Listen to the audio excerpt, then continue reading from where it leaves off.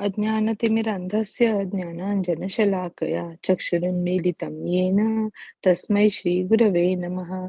श्रीचैतन्यमनोभीष्टं स्थापितं येन भूतले स्वयं रूपकदा मह्यं ददाति स्वपदान्तिकं। हे कृष्ण करुणा सिंधो दीनबंधो जगत्पते गोपेश गोपकांता राधा कांता नमोस्तुते। तप्त कांचन गौरांगी राधे वृंदावनेश्वरी वृषभानुसुते देवी प्रणमामि हरिप्रिये। नमः विष्णुपदाय कृष्णपृष्ठाय भूतले श्रीमते भक्ति वेदांत स्वामिन इति नामिने। नमस्ते सरस्वते देवे गौरवाणी प्रचारिणे निर्विशेष शून्यवादी पाश्चात्य देश तारिणे। जय हो श्री कृष्ण चैतन्य प्रभु नित्यानंद श्री अद्वैत गदाधार श्रीवासादि गौर भक्त वृंद। हरे कृष्णा कृष्णा कृष्णा हरे हरे हरे रामा राम रामा हरे हरे। हरे कृष्ण। वाचनाला सुरुवात करण्याआधी प्रभू श्रीकृष्णांच्या चरणी नतमस्तक होऊया आणि त्यांचा आशीर्वाद घेऊया. श्री श्री राधा गोविंदांच्या चरणी नतमस्तक होऊया आणि त्यांचा आशीर्वाद घेऊया. श्रीला प्रभुपादांच्या चरणी नतमस्तक होऊया आणि त्यांचा आशीर्वाद घेऊया. नामनिष्ठ दास प्रभूजींना वंदन करूया आणि माझ्या प्रेरणा पूजा माताजी, मनीषा माताजी आणि अन्वया माताजी यांना वंदन करून आज आपण आपल्या वाचनाची सुरुवात करूया. इस्कॉन श्री श्री राधा गोविंद टेम्पल मंगळुरू यांच्या चैतन्य शिक्षामृत या पुस्तकाच्या मराठीमधील वाचनामध्ये तुम्हा सर्वांचं स्वागत आहे. तर काल आपण 15व्या अध्यायामध्ये आत्माराम श्लोकाबद्दल विस्तारित माहिती चैतन्य महाप्रभूंकडून ऐकली. त्या श्लोकामधल्या प्रत्येक शब्दाचा सविस्तर अर्थ आणि त्याची माहिती आपण वाचली. आज आपण सनातन गोस्वामींना दिलेल्या उपदेशाचा निष्कर्ष हा अध्याय वाचणार आहोत. सुरुवात केली होती काल आपण. तर चैतन्य महाप्रभूंनी सनातन गोस्वामींना जो उपदेश दिला होता आपण आधीच्या अध्यायामधून वाचला. मग त्या सगळ्या उपदेशांचा निष्कर्ष काय आहे, चैतन्य महाप्रभू निष्कर्ष रूपात काय सांगतायत, हे आपण या अध्यायामध्ये वाचणार आहोत. मी वाचनाला सुरुवात करते. कोणाला वाचायची इच्छा असल्यास तुम्ही सांगू शकता.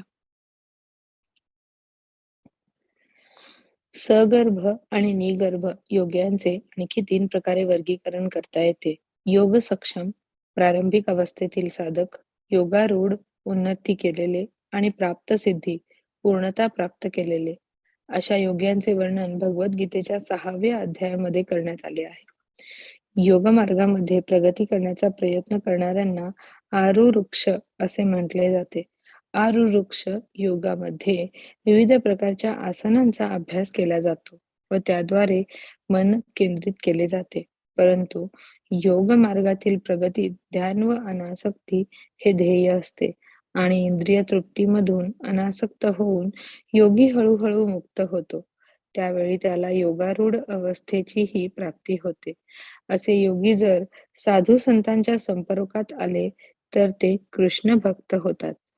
उरुक्रम हा शब्द भगवंतांचा निर्देश करतो. सर्व आत्माराम व्यक्ती हे उरुक्रमांच्या भक्तीमध्ये संलग्न झालेले असतात.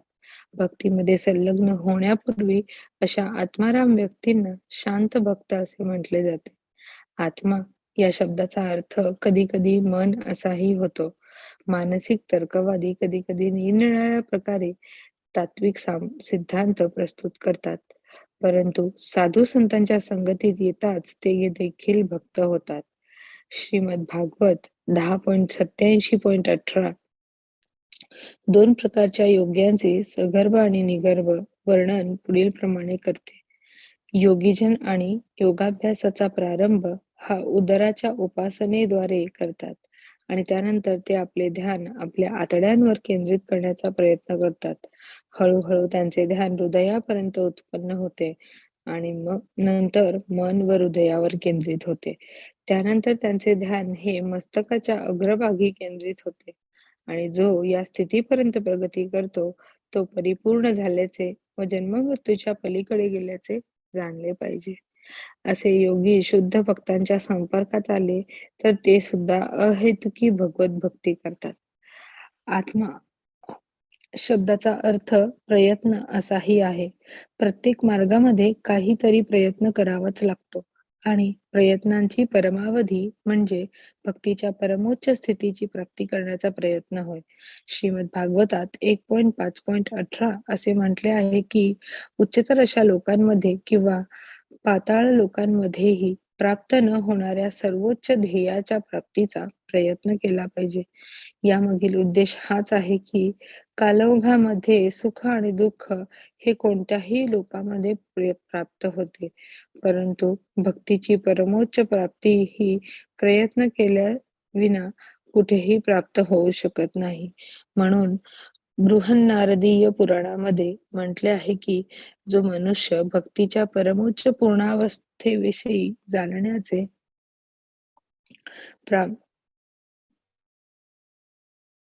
जाणण्यामध्ये प्रामाणिक आहे, तो केवळ आपल्या प्रयत्नांमध्ये सर्व गोष्टींमध्ये यशस्वी होऊ शकतो. वैयक्तिक प्रयत्न वाचून भक्तीच्या परमोच्च पूर्णावस्थेची प्राप्ती होऊ शकत नाही. ज्याप्रमाणे भगवद्गीता 10.10 भगवान श्रीकृष्ण सांगतात, "तेषां सततयुक्तानां भजतां प्रीतिपूर्वकं ददामि बुद्धियोगं तं येन मापुयन्ति ते." जे निरंतर मला भजतात, माझी आराधना करतात, त्यांना मी अशी बुद्धी देतो, ज्याद्वारे ते माझी प्राप्ती करू शकतात. तर ज्याला संपूर्ण भगवद्गीतेचा सारांश असे म्हटले जातात, चतुश्लोकी गीता 10.8, 9, 10 आणि 11 हे 4 जे श्लोक आहेत, त्या श्लोकांमधला हा एक श्लोक आहे. तर जिथे भगवंत सांगतात, की जे नेहमी माझीच पूजा करतात, प्रेमपूर्वक माझीच आराधना करतात, अशा भक्तांना मी स्वतः अशी बुद्धी देतो, की ते माझी प्राप्ती करू शकतील. आत्मा या शब्दाचा अर्थ धृती आणि धैर्य असाही होतो. धृती आणि धैर्याद्वारे भक्तीच्या परमोच्च अवस्थेची प्राप्ती होऊ शकते. मुनी शब्दाविषयी सांगावयाचे तर या शब्दाचे अनेक अर्थ आहेत. मुनी शब्दाचा अर्थ पक्षी आणि भृंग असाही होतो. निर्ग्रंथ शब्दाचा आणखी एक अर्थ मूर्ख व्यक्ती असा होतो. अशा रीतीने जेव्हा पक्षी, भ्रमर आणि मूर्ख व्यक्तींवर सुद्धा भक्ताची कृपा होते, तेव्हा ते देखील भगवत सेवेमध्ये संलग्न होतात. श्रीमद भागवतातही 10.21.14 म्हटले आहे की पक्षीही भगवंतांच्या सेवेमध्ये संलग्न होतात.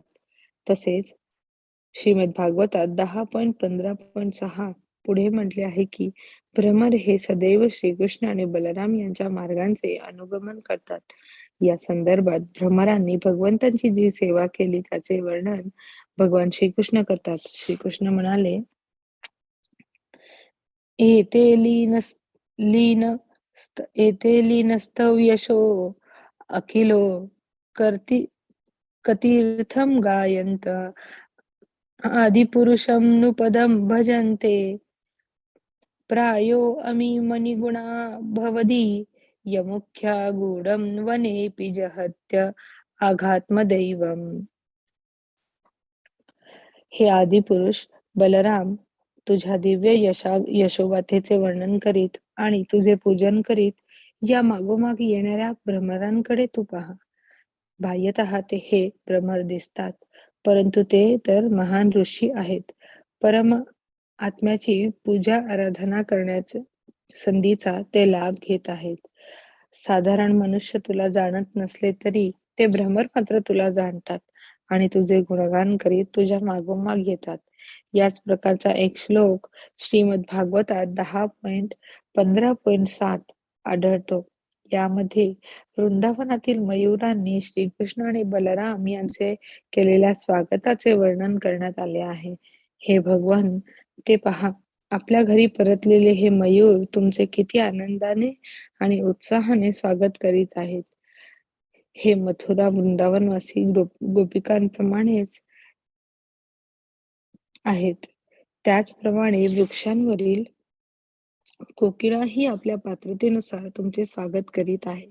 त्याचबरोबर प्रत्येक महान वृंदावनवासी भगवंतांची सेवा करण्यास तत्पर आहे. श्रीमद भागवतात 10.35.11 आणखी एका ठिकाणी म्हटले आहे, हे पहा, सारस आणि हंसही कशा प्रकारे भगवंतांचे सुंदररित्या स्तुतिगान करीत आहेत. नाही, ते तर पाण्यामध्ये उभे राहून भगवंतांचे ध्यान आणि त्यांची आराधना करीत आहेत.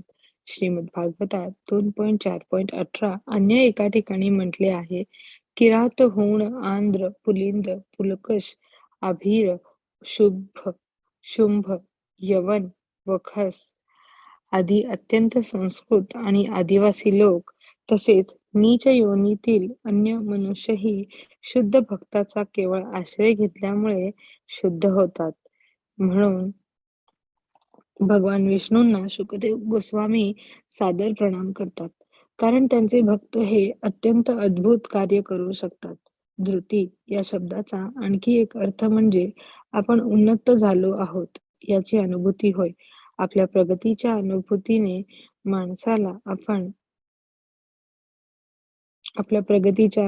माणसाला आपण दुःखमुक्त झाल्याचे कळून येते आणि त्याची जीवनाच्या सर्वोच्च स्थितीप्रत उन्नती होते. कृष्ण भावना भवित भक्त हे सर्व प्रकारच्या सुखदुःखापासून मुक्त असतात. ते भगवंतांच्या सेवेमध्ये पूर्णतया तल्लीन झालेले असतात आणि दिव्य सेवेच्या प्रभावाने सदैव आनंदी असतात. त्यांना परमसुख त्यांना परमसुखाचा अनुभव नसतो. वस्तुतः त्यामुळे त्यांना आध्यात्मिक लोकाप्रत उन्नत होण्याची इच्छा नसते, कारण जीवनातील कोणत्याही अवस्थेमध्ये ते सुखी असतात. भगवंतांच्या दिव्य सेवेमुळे पूर्ण झालेल्या अशा व्यक्ती भौतिक विषयांची किंवा इंद्रिय तृप्तीचीही आकांक्षा करीत नाहीत. ज्याप्रमाणे गोस्वामी सांगतात, ज्या मनुष्याची इंद्रिय भगवत सेवेमध्ये केंद्रित झालेली असतात, त्यांना शांत असे म्हणतात. अशा रीतीने आत्माराम हा शब्द पशु, पक्षी आणि मूर्खाचाही दर्शक आहे. थोडक्यात सांगावयाचे तर श्रीकृष्णांच्या दिव्य गुणांमुळे सर्व काही आकर्षित होऊ शकतात, सर्व जण आकर्षित होऊ शकतात, त्यांच्या सेवेमध्ये संलग्न होऊ शकतात आणि मुक्त होऊ शकतात. आत्मा शब्दाचा बुद्धी असा आणखी एक अर्थ आहे. ज्याची बुद्धी विशेष आहे त्याला देखील आत्माराम असे म्हणतात. विशेष बुद्धियुक्त आत्माराम व्यक्तींचेही दोन प्रकार आहेत, पंडित मुनी आणि पुस्तकी ज्ञान नसलेला मूर्ख. या दोघांनाही शुद्ध भक्तांशी सत्संग करण्याची संधी मिळू शकते. मूर्ख आत्माराम व्यक्ती सुद्धा सर्वस्वाचा त्याग करू शकतो आणि कृष्ण भावना भवित होऊन विशुद्ध भक्तीमध्ये संलग्न होऊ शकतो. श्रीमद भागवतात म्हटले आहे की भगवंत हेच सर्व गोष्टींचे उगमस्थान आहेत आणि सर्व काही त्यांच्यापासून प्रकट होते. कोणी बुद्धिमानच जाणू शकतो की सर्व गोष्टींचे उगमस्थान भगवान श्रीकृष्ण आहेत आणि म्हणून त्यांच्या सेवेमध्ये संलग्न झाले पाहिजे.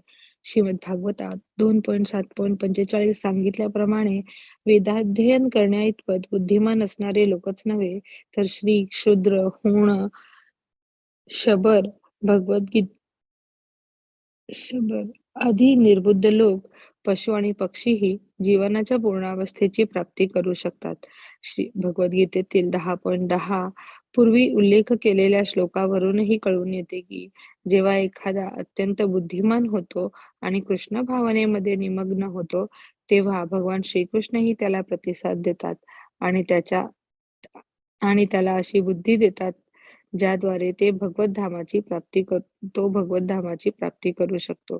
श्री चैतन्य महाप्रभू नंतर सनातन गोस्वामींना सांगतात की सत्संग, भगवत सेवा, श्रीमद भागवतमचे अध्ययन, हरिनाम कीर्तन, वृंदावन किंवा मथुरादी पवित्र धामामध्ये निवास या सर्व गोष्टी दिव्य स्तराची प्राप्ती करण्यासाठी अत्यंत महत्त्वपूर्ण आहेत. या सर्व गोष्टी करण्याची आवश्यकता नाही, परंतु यापैकी एकामध्ये नैपुण्य प्राप्त केले तरी देखील भगवत प्रेमाचा स्तर निस्संदेह प्राप्त होतो. बुद्धिमान मनुष्य सर्व भौतिक कामनांचा त्याग करतो आणि दिव्य अशा कृष्ण सेवेमध्ये संलग्न होतो. भक्ती ही इतकी प्रभावी आहे की भक्तीमध्ये संलग्न झाल्यावर भगवंतांच्या दिव्य गुणाद्वारे आकर्षित होऊन मनुष्य सर्व भौतिक कामनांचा त्याग करतो आणि श्रीकृष्णांवर पूर्ण आसक्त होतो. भक्तांच्या दृष्टीमध्ये भगवंतांचे सौंदर्य हे असे आहे. आत्मा हरे शब्दाचा कृष्ण स्वभाव. माताजी. हरे कृष्ण माताजी. वाचू का? हो चालेल माताजी, वाचा तुम्हाला ना. बरं नाही आहे का? हा थोडस. आवाजामध्ये वाटतंय. ठीक आहे, मी वाचते. हो हो चालेल. आत्मा शब्दाचा स्वभाव असा आणखी एक अर्थ आहे. या बाबतीत आत्माराम शब्द दर्शवितो की प्रत्येक जण आपल्याला प्राप्त झालेल्या विशिष्ट स्वभावानुसार आनंद प्राप्ती करीत आहे. तथापि भगवंतांची सेवा करणे हा जीवाचा नित्य स्वभाव आहे. आपण भगवंतांचा दास आहोत या पूर्ण ज्ञानाने मनुष्य देहात्म बुद्धीचा किंवा उपाधियुक्त शारीरिक उपाधी जीवनाचा त्याग करतो. हेच खरे ज्ञान आहे. जे ज्ञानाच्या शोधामध्ये आहेत आणि ज्यांना विशुद्ध भक्तांचा संग मिळण्याची संधी प्राप्त होते, ते सुद्धा भगवत भक्तीमध्ये संलग्न होतात. चतुष्कुमारांसारखे ऋषीगण तसेच मूर्ख, पशुपक्षी इत्यादी सर्वजण भगवंतांची दिव्य सेवा करू शकतात. भगवान श्रीकृष्णांची अहैतुक कृपा प्राप्त झाल्यास कृष्ण भावनेच्या स्तराप्रत कोणीही उन्नत होऊ शकतो. श्रीकृष्णांच्या दिव्य गुणांच्या आकर्षणाने कोणतीही व्यक्ती भक्तिमय सेवा करू लागते. श्रीमद भागवतात 10.15.8 वृंदावनाचे महात्म्य पुढील शब्दात सांगितले आहे. धन्येय मध्यम धरणी तृणविरुधस्त्वपादस्पृशो द्रुमलताः करजाभिमृष्टाः नद्योद्र खगमृगाः सदयावलोकै गोप्योऽन्तरेण भुजयोरपीत्यस्पृहा श्रीः. तुमच्या चरणकमलांच्या स्पर्शाने ही वज्रभूमी धन्य झाली आहे. तुमच्या अंगुली स्पर्शामुळे वृक्षलताही तुमचे यशोगान करीत आहेत. तुमच्या दृष्टीने पर्वत, नद्या व नीच योनीतील पक्षी देखील धन्य होतात आणि आपल्या दिव्य आलिंगनामधील विसाव्यामध्ये गोपी सुद्धा धन्य होतात. वृंदावनाचे महात्म्य गोपी पुढील शब्दात वर्णन करतात.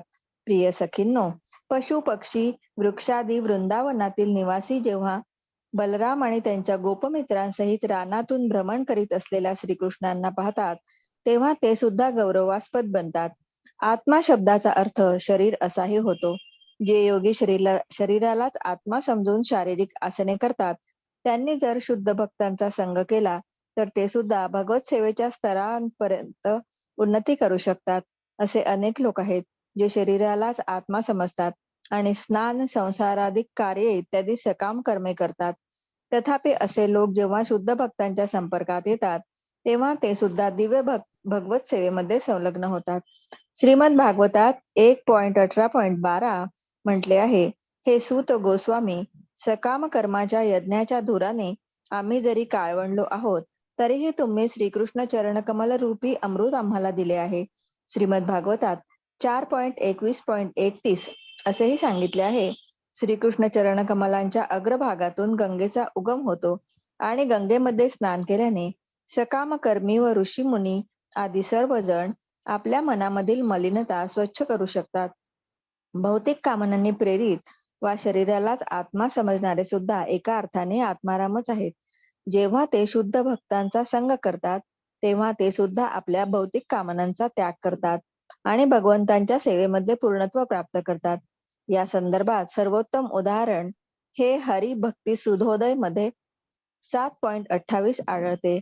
त्या ठिकाणी ध्रुव महाराज म्हणतात, स्थानाभिलाषी तपसी स्थितोहम त्वा प्राप्तवान देव मुनींद्र गुह्यम कांचम विचिन्नपि दिव्यरत्नम स्वामीं कृतार्थोस्मी वरनयाचे.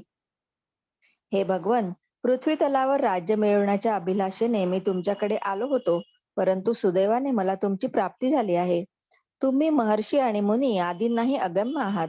मी रंगीत काचेचे काही तुकडे शोधण्यासाठी आलो होतो, परंतु तुमच्यासारख्या दिव्य रत्नांच्या प्राप्तीने मी आता कृतार्थ झालो आहे. मला आता कोणताही वर नको. निर्ग्रंथ या शब्दाचा आणखी एक अर्थ मूर्ख, पारधी किंवा निर्धन मनुष्य असाही या शब्दाचा अर्थ होऊ शकतो. या बाबतीत एका पारध्याचे उदाहरण आहे. या पारध्याने नारद मुनींशी संग केला. त्यामुळे त्यांनी मोक्षप्राप्ती केली आणि तो भगवत भक्तीमध्ये निमग्न झाला. श्री चैतन्य महाप्रभूंनी सनातन गोस्वामींना पारधी आणि नारद मुनींच्या भेटीची कथा ही सांगितली. एकेकाळी प्रयागच्या अरण्यामध्ये एक पारधी राहत असे. भगवान श्री नारायण देवांच्या भेटीहून नारद मुनी परत येत असताना त्याला त्यांच्या भेटीचा लाभ झाला. गंगा यमुनेच्या संगमावर स्नानासाठी नारद मुनी प्रयागला आले होते. अरण्यातून मार्गाक्रमण करीत असताना बाण लागून घायाळ अवस्थेत पडलेला एक पक्षी त्यांनी पाहिला. त्या पक्षाची जगण्याची केविलवाणी धडपड चालली होती. थोडे अधिक पुढे गेल्यावर त्यांना तडफडत असलेले हरिण दिसले. अधिक पुढे एक शुकर वेदनेने विव्हळत पडलेले दिसले आणि आणखी एका ठिकाणी एक ससा मरणोन्मुख अवस्थेत पडला होता. या सर्व गोष्टींमुळे त्यांचे हृदय करुणेने भरून आले आणि ते विचार करू लागले, अशा प्रकारचे पाप करणारा मूर्ख मनुष्य आहे तरी कोण? जीवांचे दुःख पाहून भगवत भक्तांना त्यांच्याविषयी करुणा वाटते आणि महर्षी नारदांविषयी तर काय सांगावे. हे सर्व दृश्य पाहून ते व्याकुळ झाले आणि काही पावले अधिक चालल्यावर धनुष्य बाणासहित पशुपक्ष्यांची शिकार करण्यात मग्न झालेला पारधी त्यांच्या दृष्टीस पडला. या पारध्याचे शरीर काळेकुट्ट होते आणि डोळे लाल होते. यमदूताप्रमाणे दिसणारा आणि हाती धनुष्यबाण धरलेला पारधी अत्यंत भयंकर दिसत होता. त्याला पाहून नारद मुनींनी त्यांची भेट घेण्यासाठी घनदाट अरण्यामध्ये प्रवेश केला. त्यांची चाहूल लागताच जाळ्यात सापडलेले सर्व प्राणी तेथून पळून गेले. ते पाहून पारधी अत्यंत रागवला. तो नारद मुनींना शिवीगाळ करणारच होता, परंतु नारद मुनींच्या उपस्थितीच्या प्रभावामुळे तो काहीच करू शकला नाही. उलट त्याने सन्मानपूर्वक नारद मुनींना विचारले, हे गोस्वामी, माझ्या शिकारीच्या वेळी तुम्ही या ठिकाणी कसे काय आलात? आपली नेहमीची वाट चुकलात आहात काय? तुमच्या येण्यामुळे माझ्या जाळ्यातील सर्व प्राणी पळून गेले. नारद मुनी म्हणाले, होय, मला क्षमा कर. माझा नेहमीचा मार्ग चुकला आहे आणि त्याची चौकशी करण्यासाठी मी तुझ्याकडे आलो आहे. मी रस्त्यावर शुकर, हरिण, ससा आदी अनेक प्राणी पाहिले. ते सर्व अर्धमेल्या अवस्थेत तडफडत आहेत. कोणीही अघोरी पापकृत्य केले आहे? यावर पारधी उत्तरला, तुम्ही पाहिलेले अगदी खरे आहे. मीच हे कृत्य केले आहे. त्यानंतर नारद मुनींनी त्याला विचारले, तुला जर या निष्पाप प्राण्यांची शिकार करावयाचीच असेल तर तू त्यांना पूर्णपणे का मारित नाहीस? तू त्यांची अर्धवट शिकार करतोस आणि आता ते मरणोन्मुख अवस्थेत वेदनेने तडफडत पडलेले आहे. हे एक महापातक आहे. तुला एखाद्या पशुला मारायचे असेल तर तू त्या पशुला पूर्णपणे का मारित नाहीस? त्यांना अर्धमेल्या अवस्थेतच तडफडत का ठेवतोस? यावर पारधी उत्तरला, हे गोस्वामी, माझे नाव मृगारी आहे. मृगारी म्हणजे प्राण्यांचा शत्रू. माझ्या वडिलांनीच मला पशूंना अर्धवट मारून तडफडत ठेवण्यास शिकवले आहे आणि त्याचेच मी पालन करीत आहे.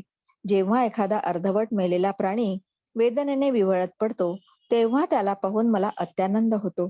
नारद मुनी म्हणतात, मी तुझ्याकडून केवळ एकाच गोष्टीची भिक्षा मागतो आणि कृपया ती मान्य कर.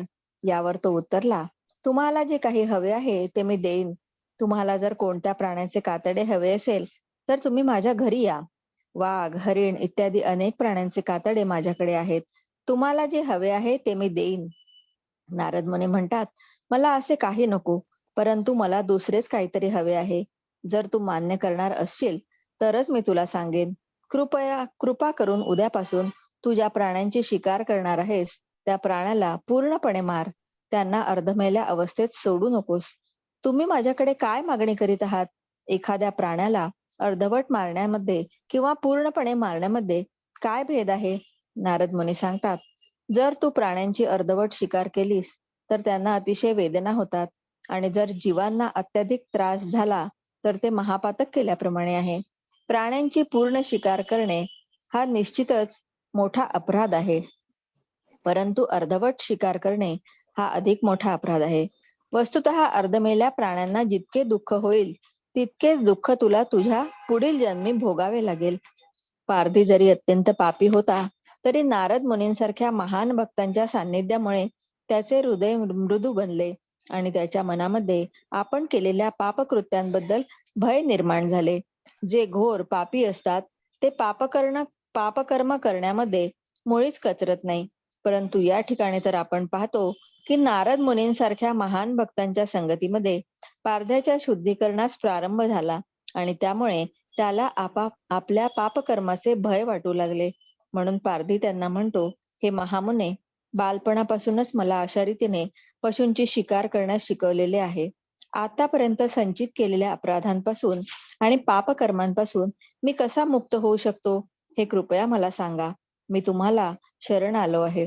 भूतकाळामध्ये केलेल्या पापकर्मांच्या बंधनातून माझे रक्षण करा आणि मला योग्य मार्गदर्शन करा, जेणेकरून मी मुक्त होऊ शकेन. तुला जर खरोखरच माझ्या आदेशांचे पालन करायचे असेल, तर मी तुला असे मार्गदर्शन करू शकतो, जेणेकरून तू सर्व पापातून मुक्त होऊ शकतोस. मृगारी म्हणाला, तुम्ही जे काही सांगणार आहात त्याचे मी निसंकोचपणे पालन करेन. नारद मुनींनी त्याला सर्वप्रथम आपले धनुष्य मोडण्यास सांगितले.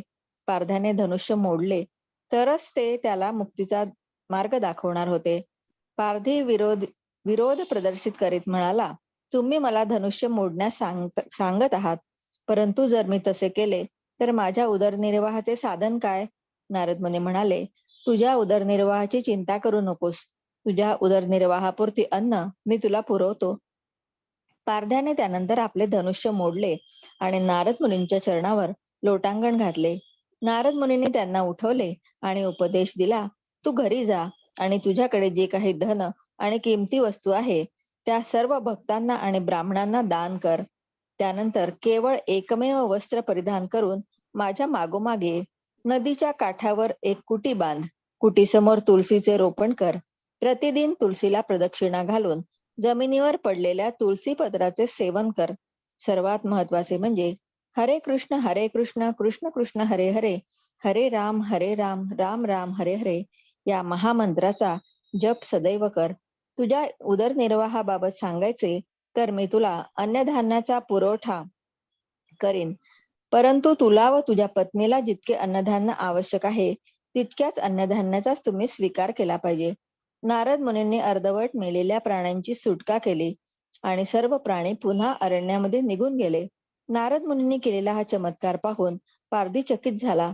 त्याने नारद मुनींना आपल्या घरी नेले आणि पुन्हा चरणवंदन केले. त्यानंतर नारद मुनी आपल्या स्थानी निघून गेले आणि पारधी सुद्धा आपल्या घरी गेल्यावर नारद मुनींच्या आदेशांचे पालन करू लागला. पारधी भक्त झाल्याची वार्ता संपूर्ण गावात पसरली. त्यामुळे सर्व गावकरी या नवीन वैष्णवाचे दर्शन घेण्यासाठी आले. साधू संतांच्या दर्शनास जाताना सोबत काही अन्नधान्य किंवा फळे घेऊन जाणे ही एक वैदिक पद्धत आहे. तेव्हा ते आपल्यासोबत अन्नधान्य घेऊन त्याच्या दर्शनासाठी आले. अशा रीतीने गावकरी त्याला अन्नधान्य किंवा फळे देऊन प्रतिदिन येत असत आणि ते अन्नधान्य इतके असायचे की ते 20-1 लोकांना सहजपणे पुरत असे. नारद मुनींच्या आदेशानुसार त्याने स्वतःच्या आणि पत्नीच्या उदरनिर्वाहार्थ जितके अन्नधान्य आवश्यक आहे केवळ तितक्याचाच स्वीकार केला. काही दिवस गेल्यानंतर नारद मुनींनी पर्वत मुनींना सांगितले, माझा एक शिष्य आहे, त्याची साधना कशी आहे ते आपण पाहूया. नारद मुनी आणि पर्वत मुनी दोघांनी पारध्याची कुटी पाहण्यासाठी प्रस्थान केले. त्यांना येताना पारध्याने पाहिले आणि अत्यंत आदराने तो आपल्या गुरुकडे जाऊ लागला. नारद मुनींकडे जाताना त्याने आपला मार्ग खंडित करणाऱ्या वाटेवर पुष्कळ मुंग्या पाहिल्या. जेव्हा तो नारद मुनी आणि पर्वत मुनी यांच्याकडे पोहोचला आणि त्यांना दंडवत घालण्यासाठी खाली वाकणार, तोच त्याच्या शरीराखाली चिरडल्या जाणाऱ्या अनेक मुंग्या त्यांनी पाहिल्या. आपल्या वस्त्राच्या सहाय्याने सर्व मुंग्यांना अलगद दूर सारले. अशा रीतीने मुंग्यांना वाचवण्याचा प्रयत्न करताना नारदांनी पाहिले. तेव्हा त्यांना स्कंद पुराणातील एका श्लोकाचे स्मरण झाले. एखाद्या लहान मुंगीसहित इतर कोणालाही दुःख देण्यास भगवत भक्त हा प्रवृत्त होत नाही. ही अद्भुत गोष्ट नाही का? पूर्वी प्राण्यांना अर्धमेल्या अवस्थेत सोडल्याने पारध्याला आनंद मिळायचा, परंतु जेव्हा महान भगवत भक्त झाला तेव्हा एखाद्या लहानशा मुंगीलाही तो त्रास देऊ इच्छित नव्हता. पारध्याने त्या 2 महर्षींचे स्वागत केले, बसण्यास आसन दिले, त्यांचे चरणकमल धुतले, पिण्यासाठी पाणी दिले. शेवटी पारध्याने आणि त्यांच्या पत्नीने चरण धुतलेल्या पाण्याला आपल्या शीर्षाने स्पर्श केला.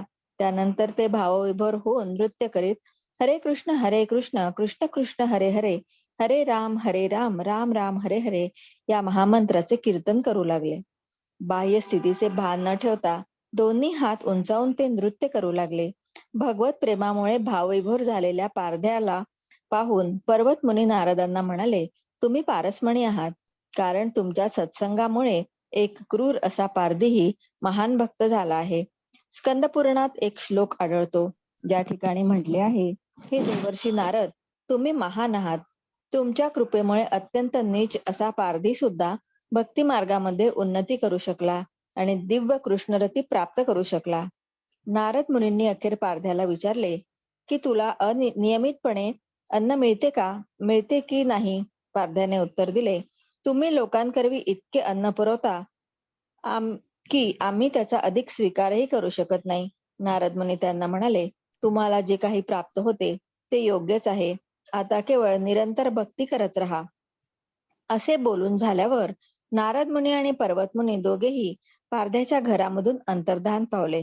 शुद्ध भक्ताच्या प्रभावाने एखादा पारधी सुद्धा कृष्ण भक्तीमध्ये संलग्न होऊ शकतो, हे दर्शविण्यासाठी श्री चैतन्य महाप्रभूंनी ही कथा सांगितली. आत्माराम श्लोकाचे विश्लेषण करताना चैतन्य महाप्रभू पुढे म्हणतात, की आत्मा हा शब्द सर्व प्रकारच्या भगवत रूपांचा बोधक आहे. सामान्यतः भगवान श्रीकृष्ण तसेच त्यांच्या विविध रूपांना भगवान असे संबोधले जाते. भगवंतांच्या कोणत्याही रूपाच्या किंवा विस्तारित रूपाच्या भक्तीमध्ये संलग्न झालेल्याही आत्माराम असे म्हणतात. अशा प्रकारचे भक्त एकतर साधना भक्ती किंवा रागानुगा भक्ती करतात. या भक्तांचेही 3 प्रकारे वर्गीकरण केले जाते: पार्षद, साधना सिद्ध आणि नवसाधक. नवसाधकांचे 2 प्रकार आहेत: जातरती, ज्यांना भगवत रती प्राप्त झाली आहे, आणि अजातरती, ज्यांना भगवत रती प्राप्त झालेली नाही. जेव्हा दोन्ही प्रकारच्या भक्तीचा, साधना भक्ती आणि रागानुगा भक्ती, विचार केला जातो, तेव्हा एकूण 8 प्रकारचे भक्त होतात. साधना भक्तीमध्ये नित्य पार्षदांचे 4 प्रकारे वर्गीकरण केले जाते: दास, सखा, ज्येष्ठ गुरुगण आणि कांतागण प्रेयसी. ज्याप्रमाणे साधनेद्वारे काही भक्त परिपूर्ण किंवा सिद्ध होतात, त्याप्रमाणे काही भक्त हे नित्य सिद्धच असतात. साधना भक्ती करणाऱ्यांमध्ये 2 प्रकार आहेत: प्रारंभावस्थेमध्ये असणारे आणि प्रगत. रागानुगा भक्ती करणाऱ्यांमध्ये 16 प्रकार आहेत. प्रारंभावस्थेमध्ये असणारे आणि प्रगत. रागानुगा भक्ती करणाऱ्यांमध्ये 16 प्रकार आहेत. अशा रीतीने आत्माराम 32 प्रकारचे आहे. जरमुनी निर्ग्रंथच आणि अपि या शब्दांचा 32 प्रकारांमध्ये उपयोग केला तर एकूण 58 प्रकारचे भक्त होतात. या सर्वांचे वर्णन आत्माराम या एकाच शब्दात करता येते. अरण्यामध्ये अनेक प्रकारचे वृक्ष असतात, पण केवळ वृक्ष हा एकच शब्द सर्व प्रकारच्या वृक्षांचा बोधक आहे. अशा रीतीने चैतन्य महाप्रभूंनी आत्माराम या शब्दाचे 60 विविध अर्थ सांगितले. या व्यतिरिक्त त्यांनी सांगितले, की आत्मा म्हणजे आदिजीव ब्रह्मदेवापासून ते सूक्ष्म कीटकांपर्यंत असणारे जीव होय. त्यांनी विष्णू पुराणामधील 6व्या अध्यायातील एक श्लोक प्रस्तुत केला, ज्यामध्ये म्हटले आहे की भगवंतांच्या सर्व शक्ती आध्यात्मिक आहेत. ही वस्तुस्थिती असली तरी जीवांचा उगमस्थान असलेल्या शक्तीला आध्यात्मिक शक्ती असे म्हणतात, आणि अविद्येने परिपूर्ण असलेल्या भौतिक क्रियांमध्ये प्रगट होणाऱ्या शक्तीला मायाशक्ती असे म्हणतात. भौतिक सृष्टीमध्येही असंख्य जीव आहेत. भौतिक प्रकृतीमध्ये एखादा जीव शुद्ध भक्ताच्या संसर्गामध्ये योगायोगाने आला तर तो विशुद्ध श्री कृष्ण भक्तीमध्ये संलग्न होऊ शकतो. त्यानंतर सनातन गोस्वामींना महाप्रभू सांगतात, पूर्वी मला आत्माराम शब्दाचे 60 विविध अर्थ सुचले होते, परंतु तुमच्या सत्संगामुळे माझ्या मनामध्ये आणखी एक अर्थ स्फुरत आहे. आत्माराम शब्दाचे विविध अर्थ ऐकल्यानंतर सनातन गोस्वामी आश्चर्यचकित झाले आणि त्यांनी भावोन्मादित होऊन त्यांनी श्री चैतन्य महाप्रभूंच्या चरणाशी लोटांगण घातले व म्हणाले, तुम्ही स्वतः साक्षात पुरुषोत्तम भगवान श्रीकृष्ण आहात. तुमच्या उच्छवासावाटे सर्व वेद प्रगट झाले आहेत. तुम्हीच श्रीमद भागवताचे वक्ता आहात. भागवतातील श्लोकांचा अर्थ तुम्हीच उत्तम रीतीने जाणता. तुमच्या कृपेविना इतर कोणीही श्रीमद भागवताचा गुह्य अर्थ जाणू शकत नाही. सनातन गोस्वामींना महाप्रभू सांगतात, अशा प्रकारे तुम्ही माझी स्तुती करू नका. श्रीमद भागवताचे वास्तविक स्वरूप जाणण्याचा प्रयत्न करा. श्रीमद भागवत हे श्रीकृष्णाचे ध्वनिरूप आहेत, म्हणून श्रीकृष्णापासून ते अभिन्न आहे. श्रीकृष्ण अनंत श्रीकृष्ण अनंत त्यांचे चरणकमल धुतले, पिण्यासाठी पाणी दिले. शेवटी पारध्याने आणि त्यांच्या पत्नीने चरण धुतलेल्या माताजी आपल्या 1 मिनिट, ते शीर्षाने स्पर्श बहुतेक केला. 2 वेळा हा आलंय पेज. रिपीट झालाय. हो, हा तेच रिपीट झालंय. तेच लिंक हा. नाही लागत आहे. मला वाटतं हम्म. 168. हो, श्रीकृष्ण 1 अनंत आहे आणि हं. त्याचप्रमाणे श्रीमद भागवतातील प्रत्येक श्लोकाचे आणि प्रत्येक अक्षराचेही अनंत अर्थ आहेत. भक्तांच्या सत्संगाद्वारे हे सर्व अर्थ कोणीही जाणू शकतो. नंतर तुम्ही असे म्हणू नका की श्रीमद भागवतात केवळ प्रश्नोत्तरांचाच एक संच आहे. नैमिषारण्यातील ऋषींनी सूत गोस्वामींना 6 प्रश्न विचारले आणि सूत गोस्वामींनी त्यांची उत्तरे श्रीमद भागवतात दिली आहे. वेदांमध्ये एक श्लोक आढळतो ज्यामध्ये भगवान शंकर म्हणतात, भागवताविषयी सांगावयाचे तर मी, शुकदेव आणि व्यासदेव आम्ही सर्व भगवंतांना जाणत असू अथवा ते आम्हाला माहीतही नसतील, परंतु श्रीमद भागवत हे वस्तुतः भक्तिभावाने आणि भक्तांद्वारे जाणले पाहिजे. आपल्या बुद्धीद्वारे किंवा तात्विक भाष्यांद्वारे भागवत कोणीही जाणू शकत नाही. श्रीमद भागवताच्या 1.1.23 प्रारंभिक नैमिषारण्यातील ऋषींनी विचारले, ब्रूहि योगेश्वरे कृष्णे ब्रह्मण्ये धर्मवर्मणि स्वाम काष्ठामधुनोपेते धर्मः कः शंकर शरणम गतः. ज्या अर्थी परमयोगेश्वर भगवान श्रीकृष्ण निजधामाला गेले आहेत, त्या अर्थी धर्मतत्वे कोणाला शरण गेली आहेत ते आम्हाला कृपया सांगा. याचे उत्तर होते, श्रीमद भागवत 1.3.43 कृष्णे स्वधामोपगते धर्म ज्ञानादिभिः सह कलौ नष्टदृशामेशम पुराण को दुनोर्दितः. हे भागवत पुराण सूर्याप्रमाणे तेजस्वी आणि भगवंतांचे प्रतिनिधी असून भगवान श्रीकृष्णांनी स्वधामात गमन केल्यानंतर लगेच त्यांचा उदय झालेला आहे. त्यानंतर सनातन गोस्वामींना श्री चैतन्य महाप्रभू सांगतात, आत्माराम श्लोकाचे अनेक प्रकारे विश्लेषण मी एका वेड्याप्रमाणे केले आहे. वेडाच्या भरात मी काही चुकीचे सांगितले असेल तर मला क्षमा करा, परंतु जर माझ्याप्रमाणे एखादा वेडा झाला तर मी ज्याप्रमाणे सांगितले आहे त्याप्रमाणे तो श्रीमद भागवताचा वास्तविक अर्थ जाणू शकतो. त्यानंतर सनातन गोस्वामींनी दोन्ही हात जोडून श्री चैतन्य महाप्रभूंच्या चरणाशी दंडवत घातले आणि त्यांची प्रार्थना करू लागले, हे प्रभो, तुम्ही मला भक्तीच्या नियामक तत्वांविषयी रचना करावयास सांगत आहात, परंतु मी तर नीच कुळातील आहे, मला काहीही ज्ञान नाही. असे महत्वपूर्ण कार्य माझ्या हातून कसे घडणार आहे हे मी देखील जाणत नाही. कृपा करून तुम्ही अशा भक्तिविषयक ग्रंथाची रचना करण्यासाठी मार्गदर्शन केलेत तर मी ते लिहिण्यास पात्र होऊ शकेन. महाप्रभूंनी त्यानंतर सनातन गोस्वामींना आशीर्वाद देऊन सांगितले, तुम्ही जे काही लिखाण करणार आहात ते कृष्ण कृपेमुळे तुमच्या हृदयामध्ये प्रगट होईल आणि तुमच्या विनंतीनुसार स्वीकारले जाईल. मी सुद्धा तुम्हाला काही सूचना देणार आहे, त्याची टिप्पणी करून ठेवा. सर्वप्रथम आणि अत्यंत महत्वपूर्ण असा मुद्दा म्हणजे मनुष्याने अधिकृत आध्यात्मिक गुरूंचा स्वीकार केला पाहिजे. हाच आध्यात्मिक जीवनाचा प्रारंभ आहे. त्यानंतर श्री चैतन्य महाप्रभूंनी सनातन गोस्वामींना आध्यात्मिक गुरूंची आणि एका शुद्ध भक्तांची लक्षणे लिहून घेण्यास सांगितले. पद्मपुराणात भक्तांची लक्षणे सांगण्यात आली आहे, जे योग्य ब्राह्मण आहेत आणि त्याचबरोबर एका भक्ताची सर्व लक्षणे ज्याच्यामध्ये आहेत तो सर्व प्रकारच्या लोकांचा आध्यात्मिक गुरु होऊ शकतो. अशा प्रकारेचा भक्त आणि आध्यात्मिक गुरु यांना साक्षात परमेश्वरासारखाच सन्मान दिला पाहिजे. एखाद्याचा जन्म अत्यंत विद्वान आणि सन्माननीय अशा ब्राह्मणाच्या घरी झाला असेल, परंतु जर तो भगवत भक्त नसेल तर तो प्रामाणिक आध्यात्मिक गुरु होऊ शकत नाही. मनुष्याने अशी समजूत करून घेऊ नये की एखाद्या तथाकथित ब्राह्मण कुटुंबामध्येच प्रमाणित आध्यात्मिक गुरुचा जन्म झाला पाहिजे. मुद्दा असा आहे की आध्यात्मिक गुरुने योग्य ब्राह्मण असणे आवश्यक आहे, अर्थात त्याची योग्यता त्याच्या गुणक्रमाद्वारे ठरवण्यात आली पाहिजे. श्रीमद भागवतामध्ये याची पुष्टी करण्यात आली आहे. तिथे नारद मुनी 4 प्रकारच्या आश्रमांची निरनिराळी लक्षणे सांगतात. नारद मुनी त्या ठिकाणी म्हणतात की ब्राह्मण, क्षत्रिय, वैश्य आणि शूद्र यांचे वर्गीकरण त्यांच्या गुणानुसार केले पाहिजे. श्रीधर स्वामी आपल्या भाष्यामध्ये सांगतात की ब्राह्मण कुटुंबामध्ये जन्मास आलेला हा निश्चितपणे ब्राह्मण असतोच असे नाही. शास्त्रामध्ये सांगितल्याप्रमाणे गुणानुसार ब्राह्मण असणे आवश्यक आहे.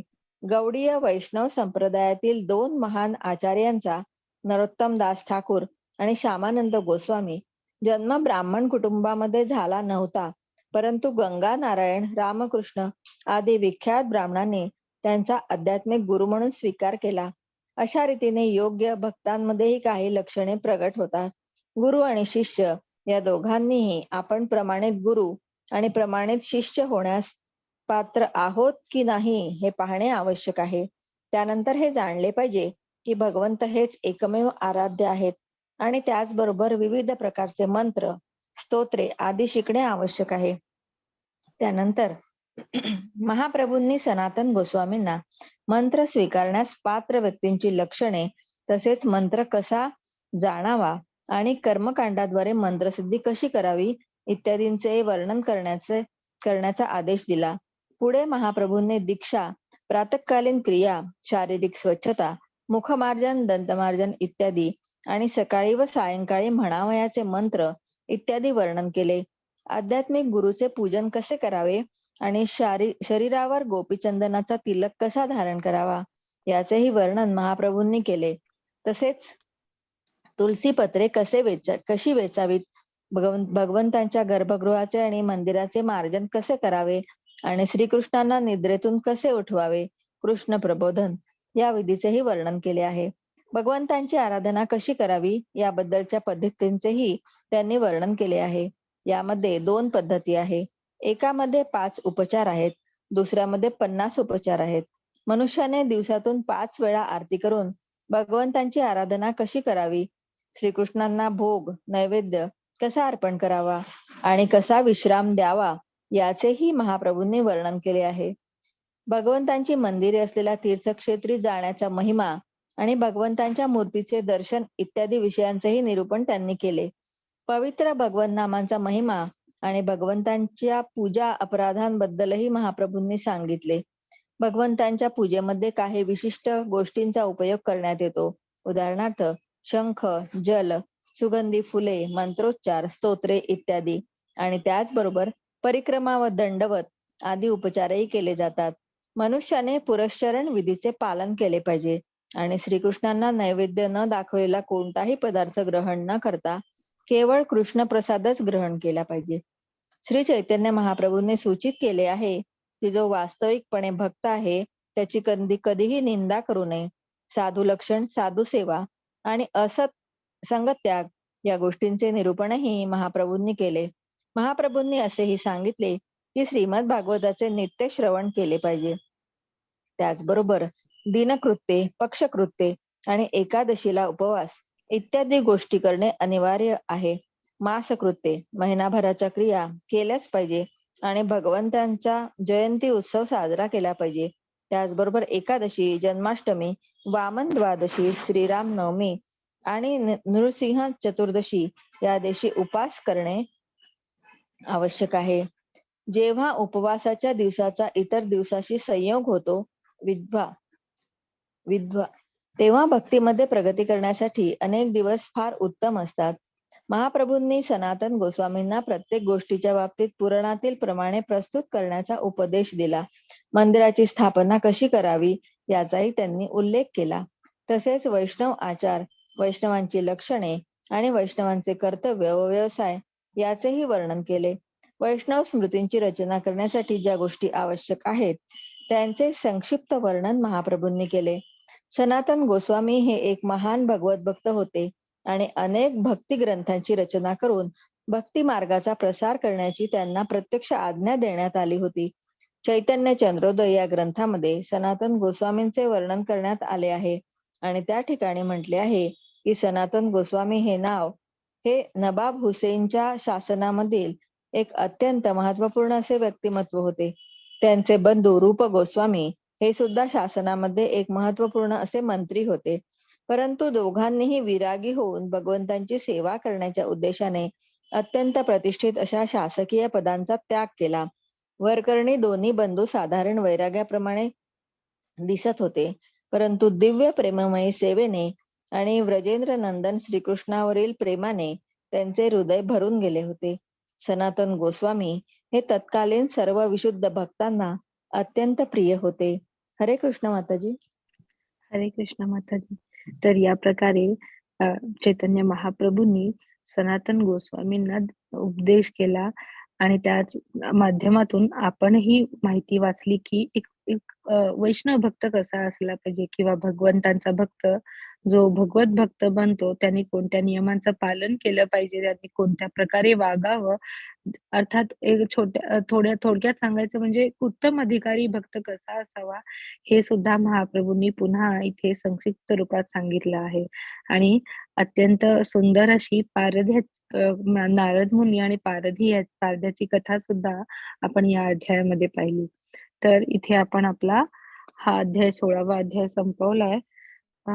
आपण 17वा अध्याय आता उद्याच वाचूया. मी थांबवते इथे.